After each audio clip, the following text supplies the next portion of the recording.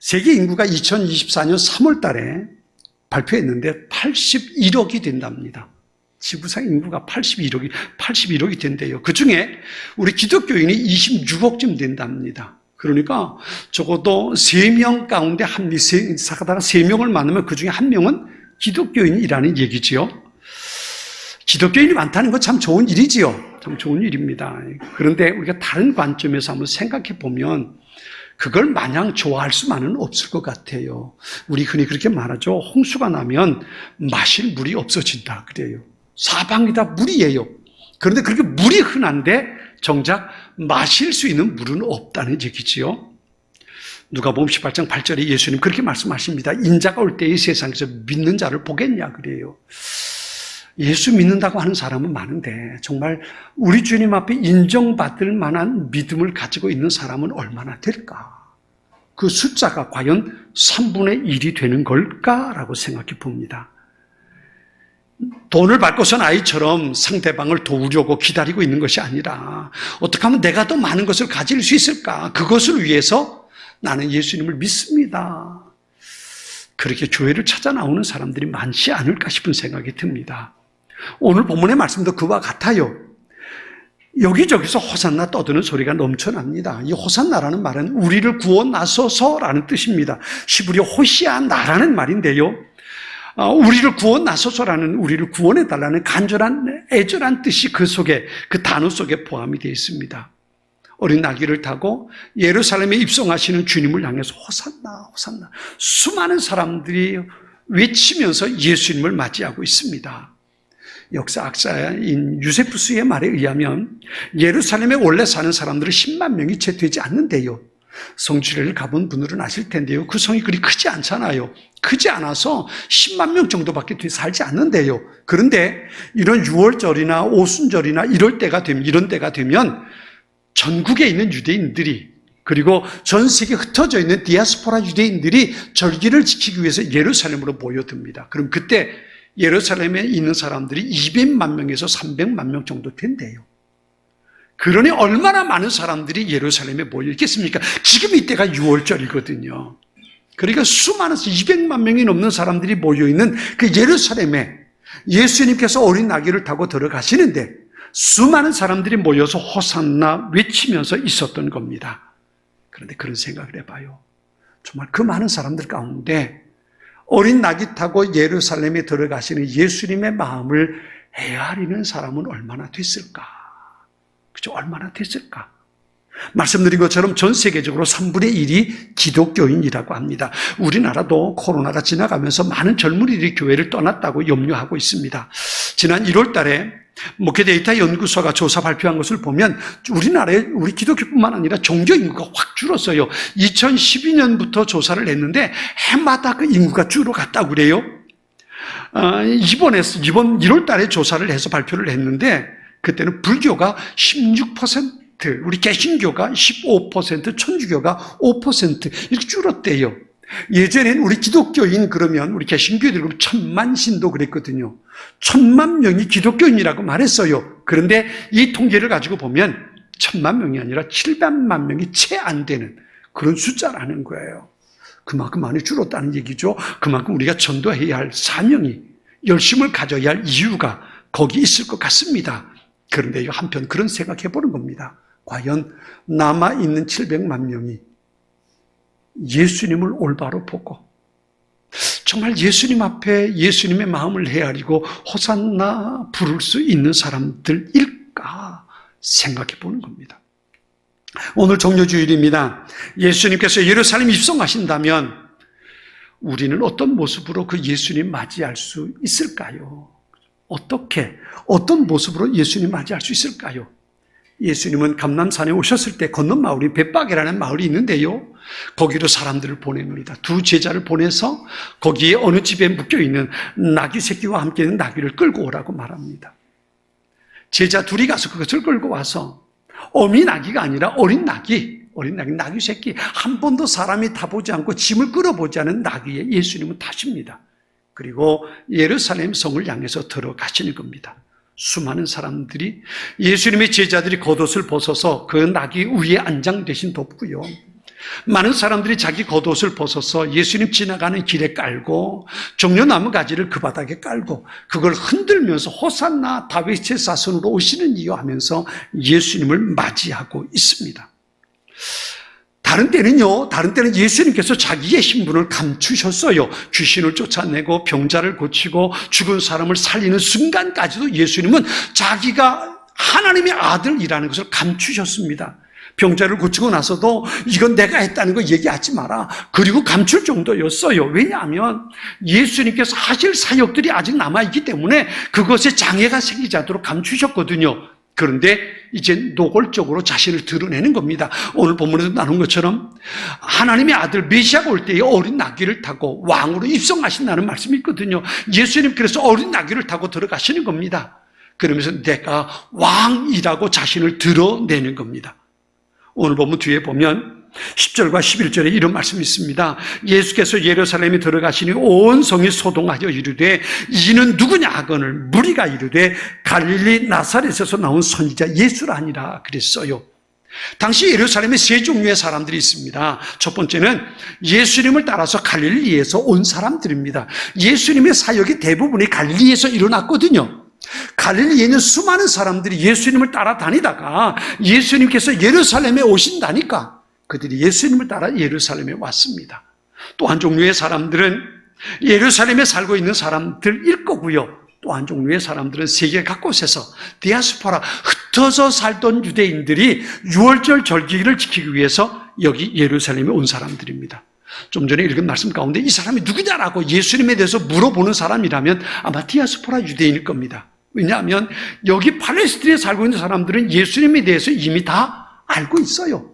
다 알고 있습니다. 물어볼 이유가 없습니다. 그런데 다른 곳에 세계 각곳에 흩어져 있다가 유월절 지키러 왔는데 그 진행하는 모습을 보면서 도대체 저 사람이 누군데 이렇게 사람들이 난리법석이냐라고 물었던 거지요. 그랬더니 이렇게 말합니다. 갈릴리 나사렛에서 온 선지자 예수라. 아마 이렇게 말한 사람은 예루살렘에 살고 있던 사람일 겁니다. 예수님에 대해서 못마땅해 했던 사람이지요. 당시 유대 땅은 세 수로 구분됐잖아요. 유다 지역, 그 다음에 사마리아, 그 다음에 갈릴리입니다. 유다 지역에 살고 있는 사람들은 갈릴리 사는 사람들을 우습게 여겼어요. 갈릴리에서 무슨 선한 것이 날 수 있어 라고 말할 정도거든요. 그러니까 갈릴리 나사렛 출신이 예수님, 그를 하나님의 아들로 메시아로 인정할 수 없었던 사람이 그렇게 얘기했던 겁니다. 우리는 이 사람들의 대화를 보면서 우리 생각을 좀 바꿔보려고 합니다. 이 모습 속에 나는 어린 나귀를 타고 예루살렘에 입성하는 예수님을 보면서 나는 어떻게 그분을 맞이하고 있을까? 나는 그 주님 앞에 어떻게 우리의 믿음을 고백할 수 있을까? 한번 생각해 보려고 합니다. 먼저 우리가 본문 속에서 발견할 수 있는 사람들이 있죠. 그 사람들은 누구냐 하면 우리가 잘 볼 수 있는 호산나 외치며 예수님을 맞이하는 사람들입니다. 그들은 자기 겉옷을 길에 깔았습니다. 종려나무 가지를 끊어다가 바닥에 깝니다. 그리고 그걸 흔들면서 호산나 다윗의 자손으로 오시는 이여 라고 외치는 사람들이 거기 많이 있었던 것을 우리가 볼 수 있습니다. 말씀드린 것처럼 이들은 예루살렘에 살고 있는 사람들이기도 하고 팔레스틴 각곳에 흩어져 사는 사람들이기도 하고 세계 각곳에 디아스포라 유대인들, 흩어져 살던 유대인들이 절기를 지키기 위해서 예루살렘에 모인 사람들이기도 합니다. 그렇게 많은 사람들이 예수님께서 어린 나귀를 타고 예루살렘 입성하실 때에 모여서 예수님을 맞이하면서 호산나 외치고 있었던 겁니다. 오늘 보면 뒤에 10절에 있는 것처럼 예수님께서 예루살렘 들어가실 때에 온 성이 소동했다. 이 소동했다는 말은요, 천지가 진동하는 것 같았다는 거예요. 얼마나 그렇지 않겠습니까? 100만 명 되는 사람들이 외친다 생각해 보세요. 무슨 일이 벌어지겠습니까? 그죠? 천지가 진동하는 것처럼 울렸을 겁니다. 이런 일이 벌어진 거지요.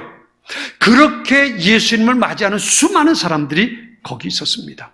이렇게 생각해 보자고요. 그들이 왜 그렇게 열광적으로 예수님을 환호하며 맞았을까요? 왜 그랬을까요? 우린 이 대답을요, 며칠 후, 얼마 가지도 않아요. 한 주간도 가지 않아요. 며칠 후에 벌어진 한 가지 사건을 통해서 우리가 확인해 볼 수 있습니다. 예수님께서 이렇게 예루살렘에 입성하시고 나서 며칠 후에 예수님 체포되지요. 대제사장이 재판받고 빌라도 총독에게 재판받는 자리에 예수님께서 서실 때가 있습니다. 빌라도 앞에 재판받고 빌라도가 많은 사람들이 찾아온 그곳에 예수님을 끌어냅니다. 그리고 사람들이 묻습니다. 자, 예수라는 사람을 어떻게 할까라고 그 사람들에게 묻습니다. 빌라도의 마음속엔 예수님을 풀어주고 싶은 마음이 있었습니다. 그 차마 풀어주었다간 이 사람들이 어떻게 생각할지 모르니까 그러니까 그들에게 묻는 겁니다. 어떻게 할까? 빌라도도 알아요. 죽은 사람도 살리고 병든 자를 고치고 귀신을 쫓아내고 수많은 사람들에게 오병이어 기적도 행하고 놀라운 일을 행하셨다는 것을 압니다. 거기 모인 대부분의 사람들이 그 모습을 봤다는 것도 압니다. 그러니까 그런 혜택을 본 사람들이라면 예수님을 놓아주라고 하지 않을까, 이런 기대를 가지고 그들에게 물은 겁니다. 어떻게 할까? 니들이 대답해봐. 그리고 물었던 거지요. 그런데 그들이 뭐라고 대답합니까? 십자가에 못 박아 죽이라고 외치는 겁니다. 며칠 전에는 종려나무까지 흔들면서 호산나 다윗의 자손으로 오시는 이여 제발 우리를 구원해달라고 외치던 사람들이 이제는 그를 십자가에 못 박으라고 외치는 사람들이 되었단 말이에요. 도대체 며칠 사이에 무슨 일이 벌어진 겁니까? 도대체 이들의 생각이 어떻게 달라진 거냔 말이에요. 한 가지입니다. 그게 뭐냐면 그들이 예수님에게 가지고 있었던 기대가 있었다는 겁니다. 오늘 보면 9절에 이렇게 말합니다. 앞에서 가고 뒤에서 따르는 무리가 소리 높여 외르되 호산나 다윗의 자손이여 찬송하리로다. 주의 이름으로 오시는 이여 가장 높은 곳에서 호산나 하더라. 그랬어요. 여기 호산나라는 말은 말씀드린 것처럼 우리를 구원하소서라는 의미를 가지고 있습니다. 그리고 다윗의 자손 주의 이름으로 오시는 이라는 말은 메시아를 의미하는 겁니다. 하나님으로부터 보냄받은 하나님의 아들 메시아를 다윗의 자손 주의 이름으로 오시는 이라고 부릅니다. 그리고 가장 높은 곳은 하나님께서 계신 곳을 말합니다. 그러니까 예수님을 향해서 당신은 메시아요, 하나님의 아들이요, 하나님으로부터 보내신 우리의 구세주입니다. 우리를 구원해 주십시오라고 외쳤던 겁니다. 그러면 이들이 구원해달라고 외쳤던 그 내용이 뭘까요? 이게 중요한 거예요. 이들이 구원해달라고 외쳤던 것은 지금 그들이 로마의 다스림을 받고 있습니다. 로마의 속국이에요. 로마 총독이 와서 이스라엘의 왕보다 더 막강한 권력을 가지고 이스라엘을 다스리고 있어요.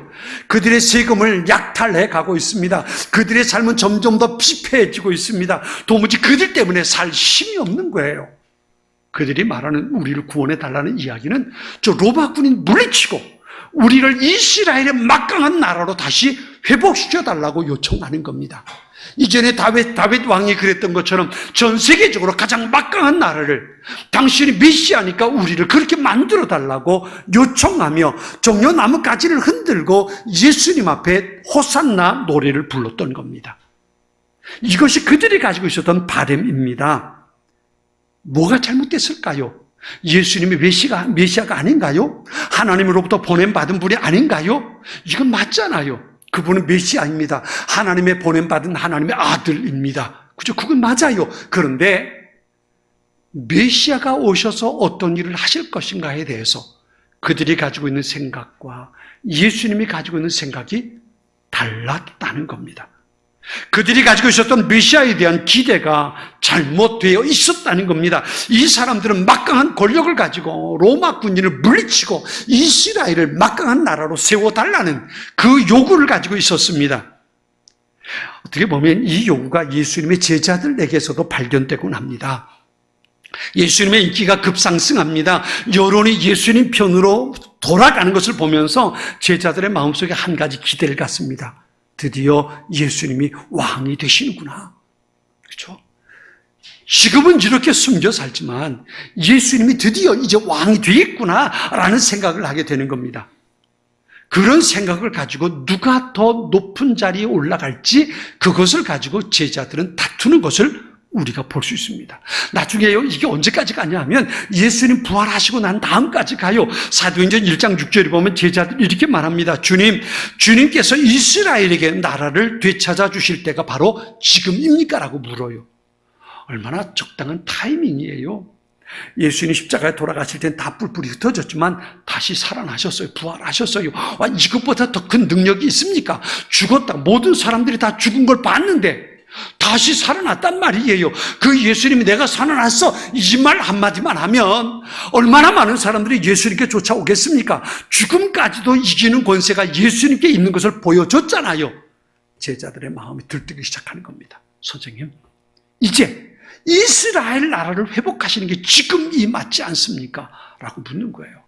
그러니까 제자들의 머릿속엔 예수님으로 인해서 이스라엘이라는 나라가 회복되기를 소망했던 겁니다. 이게 호산나 부르는 수많은 군중들이 가지고 있는 생각이었고 제자들이 가지고 있는 생각이었다는 겁니다. 그런데 그 기대가 여지없이 무너져 내린 건 초라한 모습으로 재판받고 초라한 모습으로 자기들이 무너뜨려 달라고 말했던 로마 빌라도 총독 앞에 서 있는 죄수의 모습으로 서 있는 예수님을 보고 그들의 상상은 깨져버리고 마는 겁니다. 저를 십자가에 못 박아 버리십시오. 더 이상 우리에게 저런 메시아는 필요 없습니다.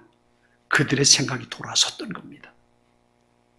병자를 고치고 귀신을 쫓아내고 죽은 사람을 살려내고 오병이어 기적을 행하실 때 예수님보다 더 큰 분은 없는 것이라고 그들은 생각했습니다.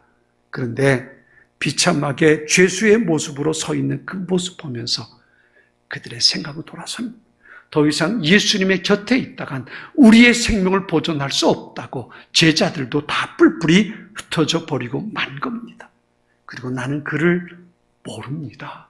3번씩이나 부인하는 어처구니 없는 행동을 하게 되는 겁니다. 이 사람들이 원했던 것은 자기들을 도와달라는 거였습니다. 내가 필요한 것이 있습니다. 내게 부족한 것이 있습니다. 내 문제가 있습니다. 이 문제를 해결해 주십시오. 그러면서 예수님을 봤던 사람들입니다. 그런데 그 기대가 여지없이 무너지고 나니까 예수님을 떠나버린 겁니다. 또 한 종류의 사람들, 우리가 오늘 본문 속에 숨겨진 사람들을 발견해 볼 수 있습니다. 그들은 이스라엘의 정치, 종교적인 지도자들입니다. 대제사장들이었고 장로들이었고 바리새인들이었습니다. 이 사람들은 그 전에도 예수님에 대해서 악감정을 가지고 있었습니다. 예수님 당시에 유대인의 관점에서 본다면 변방 갈릴리 지역에서 태어난 청년입니다. 나이 많지도 않아요. 청년입니다. 갈릴리에서 목수 노릇하던 사람입니다. 그런데 그런 사람이 어느 날 갑자기 나타나가지고 사람들의 인기가 그 예수에게 몰리기 시작합니다. 기적을 행합니다. 그리고 자기들을 향해서 휘칠한 무덤 같은 자들이라고 비난하기 시작하는 겁니다. 많은 사람들의 이목이 예수님에게 몰리기 시작합니다. 위기감이 그들에게 생기는 겁니다. 사람들이 모두 우리를 바라봤는데 이제 저를 바라보는구나. 이제는 자기들을 존경했는데 예수가 자기들을 향해서 손가락질하고 비난하는 모습을 보면서 이러다가는 우리에게 문제가 생기겠다라고 그들이 여기게 된 겁니다. 발톱을 숨기고 있는데 그럼에도 불구하고 여론이 예수님에게 쏠려 있으니까 차마 예수님을 어쩌지 못하고 기회만 보고 있는 겁니다. 오늘 보면 뒤에 15절에 보면 이렇게 말합니다. 대제사장과 서기관들이 예수께서 하시는 이상한 일과 또 성전에서 소리질러 호산나 다윗의 자손이여 하는 어린 아이들을 보고 노했다 그랬어요. 분노했다는 겁니다. 그리고 뒤에 45절, 46절에 가면 대제사장들과 바리새인들이 예수의 비유를 듣고 자기들을 가리켜 말씀하신 줄 알고 잡고자 하나 무리를 무서워하니 이는 그들이 예수를 선자로 알미라 그랬어요. 차마 여론이 예수님께 있으니까 어쩌지 못하고 어떻게 저놈을 없앨까라고 그들은 궁리하기 시작하는 겁니다. 이때에 가룟 유다가 등장하는 겁니다. 그래서 가룟 유다와 그들이 계약을 맺고 합작해서 예수님을 십자가에 치워버리게 되었던 겁니다. 여기서 한번 우리가 생각해 봐야 할 게 있습니다. 그게 뭐냐면 여기 호산나 부르던 수많은 사람들 그리고 대제사장과 종교 정치적인 지도자들 그들은 예수님을 알지 못했습니다. 그들은 호산나 우리를 구원해 달라고, 당신은 다윗의 자손이라고 말하긴 하지만 그들은 예수님에 대한 잘못된 기대를 가지고 있었습니다. 이 말씀을 준비하면서 그 장면을 한번 생각해 봤어요. 좀 전에 우리가 영상도 봤습니다만 수많은 사람들이 종려나무가지를 들고 어린 나귀 타고 예루살렘에 입성하는 그 모습을 보고 있는데 나는 어디쯤 서 있을까? 어린 나귀 타고 예루살렘으로 입성하시는 그 주님을 나는 어떤 마음을 가지고 맞이할 수 있을까? 오늘 예수님께서 그렇게 찾아오신다면 나는 그 주님 앞에 어떤 모습을 가지고 설 수 있을까 생각해 보는 겁니다. 많은 사람들은 환호하며 기쁨의 소리를 지르지만 예수님은 지금 십자가의 죽음을 향해 가고 있는 절대절명의 순간입니다. 그 예수님을 보면서 나는 그 주님을 어떻게 맞이하고 있을까 생각해 봅니다. 우리는 본받아야 할 한 사람을 오늘 본문에서 찾아볼 수 있습니다.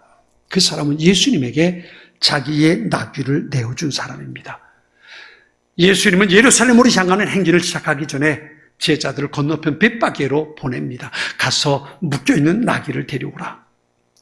만일 누가 무슨 말을 하거든 주가 쓰시겠다라 그러면 즉시 보내줄 거다라고 말합니다. 제자 둘이 갑니다. 오늘 본문에 그 장면이 나오지 않는데요. 마가복음 11장에 보면 이렇게 기록합니다. 거기 서 있는 사람 중 어떤 이들이 이르되 나귀 새끼를 풀어 무엇을 하려느냐 하며 제자들이 예수께서 이르신 대로 말하는데 이에 허락하는지라 그랬어요. 그러니까 나귀 주인이 자기 나귀를 끌고 가니까 이거 누가 환영하겠습니까? 왜 남의 나귀를 끌고 가려고 하냐? 그리고 제지했겠지요. 근데 제자들이 예수님께 말씀하신 대로 주가 쓰시려고 합니다. 그랬더니 그 사람이 그렇습니까? 그럼 가져가십시오라고 보냈다는 겁니다. 여기 주라는 말을 예수님께서 하세요. 주가 쓰시겠다. 이 주라는 말 호퀴리우스라는 말입니다. 그런데 성경에 보면 예수님 스스로 자신을 주라고 말씀하신 건 여기가 처음입니다. 그 전에 인자라고 말하고 다른 사람들은 예수님을 퀴리우스 주라고 말할 수는 있지만 예수님 자신이 스스로 자기를 주라고 표현해 본 적이 없습니다. 그런데 이 호퀴리우스라는 말은 내가 메시아라는 말입니다. 내가 메시아인데 메시아가 하나님의 아들이 쓰시겠다고 말해라 라고 말하는 겁니다. 주인에게 하나님의 아들이 쓰시겠다고 합니다 라고 말하라는 겁니다. 그때 그 말을 듣는 나귀의 주인이 그 나귀를 그렇습니까? 그럼 쓰십시오 하고 보내줬던 겁니다. 어린 나귀를 타고 예루살렘으로 들어가시는 십자가를 향해 가시는 예수님 앞에 나는 여러분은 누구입니까? 나를 구원해 달라고, 내 문제가 여기 있는데 문제를 해결해 달라고, 내가 돈이 필요하다고, 내가 건강이 필요하다고, 내 삶에 문제가 산적해 있는데 당신 메시아 아닙니까? 내 문제를 좀 해결해 주세요. 소리치며 내 문제를 해결해 달라고 예수님을 맞이하는 사람입니까? 아니면 예수님이 거추장스러워서 좀 치워버리고 싶은 그들의 모습과 같지는 않습니까? 내가 원하는 것을 얻기 위해서 예수님을 부르는 그 사람 아니어야 되지 않겠습니까? 그분은 하나님의 아들이고 우리의 구세주입니다. 나의 가장 막강한 적 그리고 죄의 절망을 무너뜨리기 위해서 지금 싸우러 나가는 우리의 왕이십니다. 우리는 그분을 경배하는 사람이어야 합니다. 나의 필요를 채워달라고, 내가 부족한 것이 있으니 채워달라고, 내 문제가 있으니 문제를 해결해 달라고, 당신은 나를 어떻게 하든 세워줘야 한다고 요구하기 위해서 예수 이름을 맞이하는 사람이 아니고 당신은 나의 왕입니다. 그죠? 당신은 나의 왕입니다. 고백하며 주님 앞에 예배하고 경배하는 사람이 되어야 한다는 겁니다. 여러분, 종려주일 생각해 보자고요. 그 수많은 사람들, 그 사람들 속에 나는 어디쯤 서 있을까? 그리고 어떤 마음으로 예수님을 지금 맞이하고 있을까? 내 삶에 문제가 너무 많습니다. 내가 너무 고달픕니다. 나를 도와주세요. 그 마음 가지고 예수님 맞이하는 것이 아니라 당신은 나의 왕이십니다. 당신은 나의 주인이십니다. 내가 여기 있습니다. 나를 사용해 주십시오. 주님 앞에 헌신하며 나의 왕이시라고, 나는 당신의 종이라고 주님 앞에 겸손히 무릎 꿇고 예배하고 경배하며 나를 사용해 달라고 주님 앞에 헌신하는 하나님의 사람들 될 수 있어야 합니다. 그 사람이 예수님의 십자가를 통해 주시는 하늘의 놀라운 은총을 누리는 사람이 될 수 있는 겁니다. 종려주일 그리고 고난주간, 우리가 한 주간 보내면서 그렇게 주님 앞에 나는 당신의 종입니다. 당신은 나의 왕입니다. 내가 여기 있습니다. 나를 사용해 주십시오. 그 마음 가지고 기도하며 주님 바라보고 믿음의 삶을 살아내는 저와 여러분, 우리 모두가 될 수 있기를 축원합니다.